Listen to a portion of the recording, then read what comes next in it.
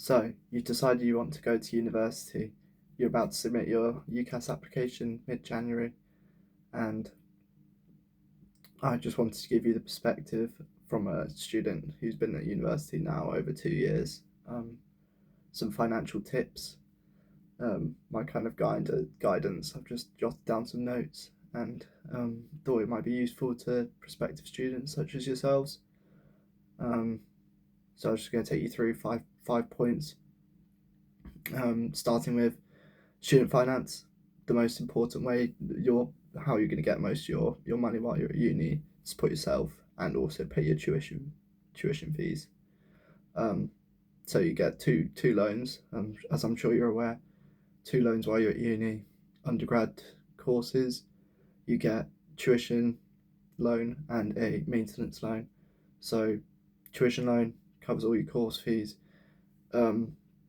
This will be the majority of you, unless you can pay off your entire course up front.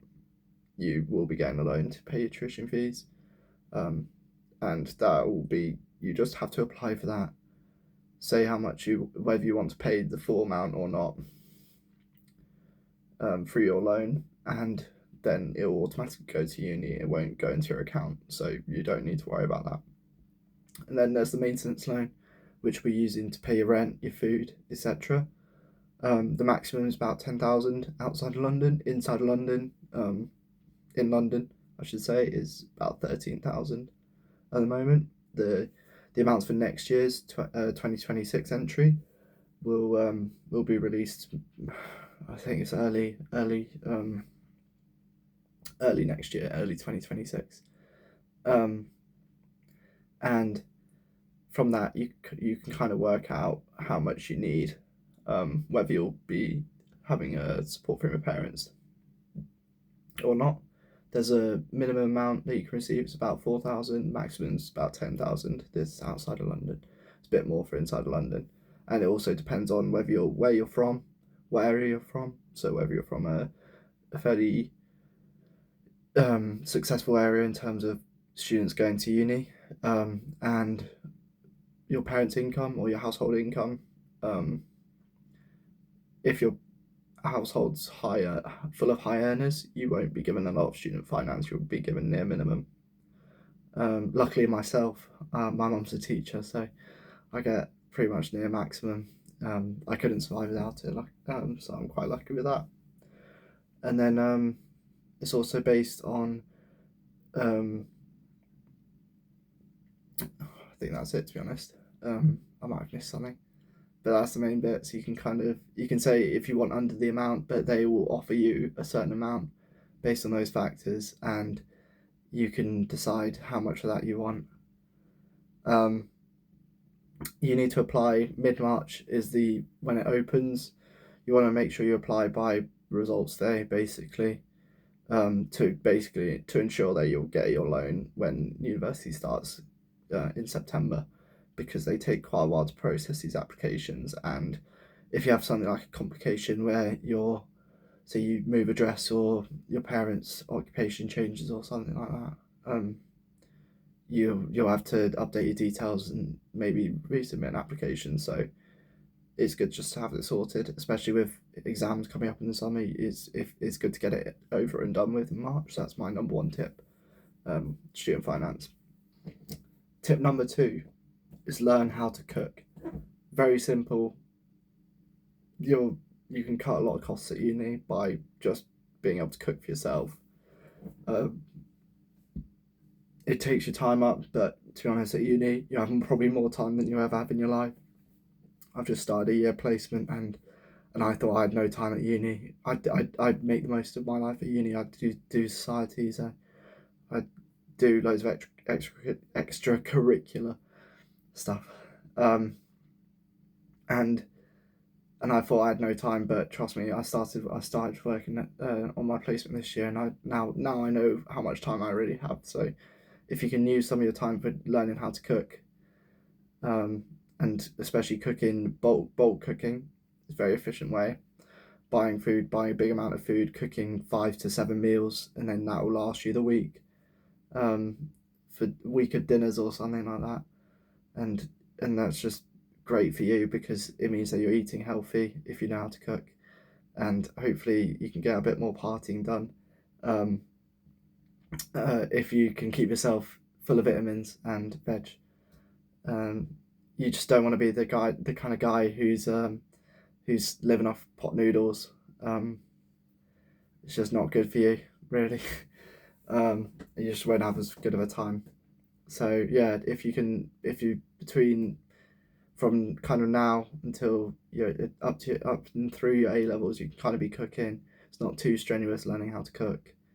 Um, and I know people who hate it, but you've got to be able to feed yourself really, and especially moving away from home, you won't have your parents cooking for you anymore. So use it while you can. If your parents are good at cooking, or guardians, whoever, get siblings, get them to help you learn how to cook. Watch videos.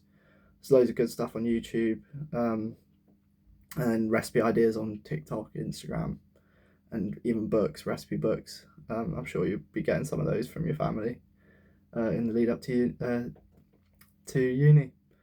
Right. Tip number 3: student bank accounts.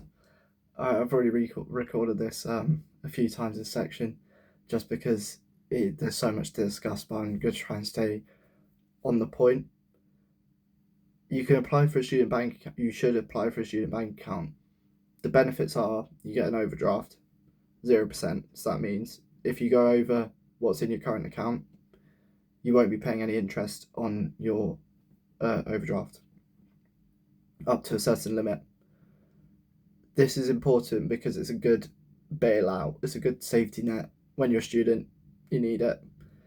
You might forget that you've got to afford something for a course cost or something, or say you have a car that something goes wrong with your car, you can just use your overdraft, and it's for small and short term borrowing. So yeah, the perks on student and there's other perks on student cards, student accounts that are really useful. So I'll just take you through a couple of them. Santander, I'm sure most of you have heard of it. They do a really good deal where you get a 4-year rail card for trains, 30% off or whatever it is, on all travel for 4 years. It's just worth over £100, this rail card, and they're pretty good. Their overdraft limit is 1,500, so that means you can borrow up to 1,500 more than what's in your account. You can go into negative 1,500. NatWest and RBS, they offer £85 and a 4-year taste card, which gives you discounts at different restaurants. So if you enjoy eating out, and you can still do it on a budget at uni if you use this taste card. I think you can see on the website what kind of restaurants are involved and signed up onto that. And for their overdraft limit, it actually isn't the same each year. It ramps up. So the first year is £500, which isn't a lot. £2,000 in your second year, and £3,250 in your third year, plus or more studies. So that's pretty good in terms of your overdraft limit. Not great in the first year, but you probably won't need all £500, hopefully. I did in my first year. I came back from travelling. I was skint. I came back with £40, and that's all I had to come to uni with. So yeah, Lloyds Bank, £100 bonus. And you also can get up to £90 of delivery vouchers. So great bonus. You just get £100 easy, no catch really, and it's 1,500 each year maximum overdraft limit. And then Nationwide have no perks anymore. Used to, when I joined, they gave me £100. However, it's worth mentioning because firstly, I'm a bit biased because I've always been with Nationwide. They're great customer service, and they are, each year they give they kind of still have a perk. They give their members, so anyone with an account basically, it's something called a fair share payment, which is a certain amount of their profits. So if they're doing really well, you'll be earning a good amount of money. So I've been given £100 for the last 3 years. I think it's been running. So yeah, it's even better if you think about it than the other perks from the other student accounts. The maximum overdraft limit for Nationwide is £1,000 first year, £2,000 second year, £3,000 third year. So yeah, that's probably a good good average between all the other accounts. You're not got loads, but you've got a good amount, and you've got more in the second year than with your Santander or your Lloyds. Yeah, just a few things worth mentioning. You can switch from within the same bank. They'll often just use your current account, and they'll transfer all your funds from your current account to your new student current account, which is quite handy. There's on the small print of these accounts, you need to pay in a certain amount by a certain time usually, so it's worth checking that. Especially to get the perks, you have to do a certain amount by a certain time.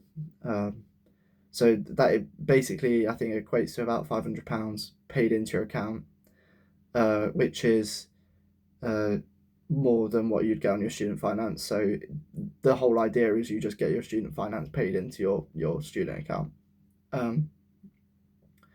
and they're really just great. I would just recommend having a student account. To be honest, it's such a bonus. I know people personally who haven't had them set up yet, and they miss the trick with the perks, and the overdraft. Some people don't need it, to be honest, but it is handy to have. Leading on from student current accounts, we've got savings accounts. Tip number 4. It surprises me the amount of people that don't have a savings account at my age. It's kind of shocking. It's such a easy thing to have, and it is better than you having multiple thousands of pounds in your current account at 0.1% interest. And instead of having a 4% plus interest, at least you're earning something from it, just sitting around. I remember I walked into work one day and I started talking to this girl about money in savings accounts, and she said she didn't have it, and she had something like multiple thousands in her current account, and I was shocked, and I sat with her and set up a savings account with her, which was weird, but yeah, that is so important that you do that, and you can start looking into things like cash ISAs as well. So that's a tax-free savings account effectively, where you can put your money in, and usually they have pretty similar interest rates, if not better. So I know Training 212 have a pretty good deal, and usually have pretty good interest rates. I use them personally, and their app's pretty good for introducing you also to stocks and shares investing, and that might not be for everyone, but it's pretty beginner friendly and something that is good to learn to increase your income, especially when you get a bit older and leave uni. You probably want to be investing some of your money into stocks and shares while you're young. So yeah, and especially with the budget, Rachel Reeves, that came out this year. I don't know how well you guys follow politics, but it was announced in 2027 the government would be introducing a maximum of £8,000 or £12,000. I think it's £8,000 a year that you can put in your cash ISA. So down from 20,000. Currently it's 20,000 maximum for any ISA that you own. It's still going to be 20,000, but you can only put a maximum of 8,000 into your cash ISA. So the rest has to be in a stocks and shares ISA. So it's worth learning in lieu of that. And yeah, they're just good. Training 212. There's other good providers such as Vanguard. I used them when I was a bit younger, and it's just worth reading around. I know I know Money Saving Expert MSE by Martin Lewis. Don't know if you've seen any of his stuff. It's quite good. He's got an app, and there's loads of tips on there.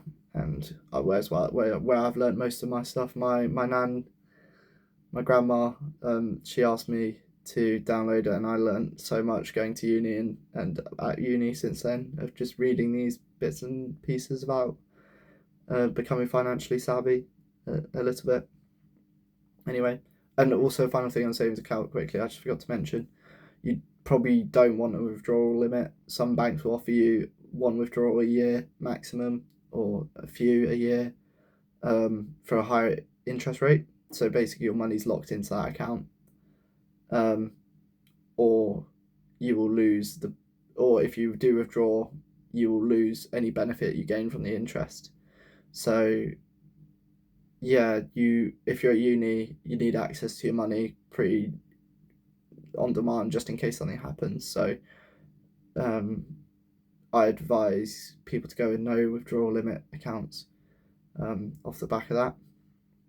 And finally, tip number 5, last but not least, get a job. I've always worked since I was 16. It's given me so much confidence, experience, skills. I've worked in hospitality. It's pretty hard, but learned a lot. Learned how to cook, which has been handy, and learned people skills, and earned a bit of money at the same time. This is not groundbreaking amounts of money, but it ties you over. It pays for your food, pays for your bills. So you have a bit more of a disposable income and a bit more of a I don't know, it's just more money. It's bottom line. You can go out more, enjoy your life a bit more when you're at uni, which is what you're trying to do. You're young, so I'd advise. Oh, also good networking thing. I've met so many people through I work at Spoons, Weatherspoons, in Reading, and it's tough work. But I've met so many students because obviously a lot of students is that kind of demographic that will work there, and yeah, there's a lot of good people there, and yeah, it's been good for my social life as well, definitely. So yeah, that was my 5 tips. I don't think I've missed anything, but definitely consider doing all those things. I highly recommend, especially just staying on top of your money while you're at uni, because it will set you apart. It'll put you higher up and put you ahead for when you join uni and when you go on to adult life as well. So yeah, thank you for watching.